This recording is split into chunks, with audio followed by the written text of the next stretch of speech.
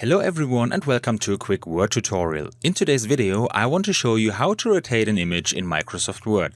This is actually quite simple. For this I have prepared a small text in which we can already find an image. How can I rotate it now? To do that I first click on the image and now I can see this round arrow up here. If I click on it, I can rotate my image completely free. At each 90-degree angle, the image is magnetic for a short time, which makes it a bit easier for me to adjust it. But what if I don't want a 90-degree angle, but for example a 60-degree angle? To do that, I bring the image back to its original state, and if I press the Shift key in addition to the mouse click, the image becomes magnetic every 15 degrees.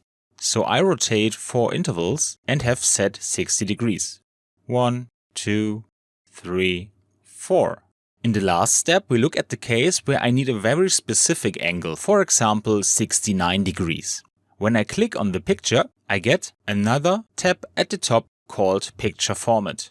I click on it, go to the Arrange group and select Rotate and More Rotation Options. Here I can enter 69 degrees for rotation. Now I press OK and we see that this worked well. And that's it for today.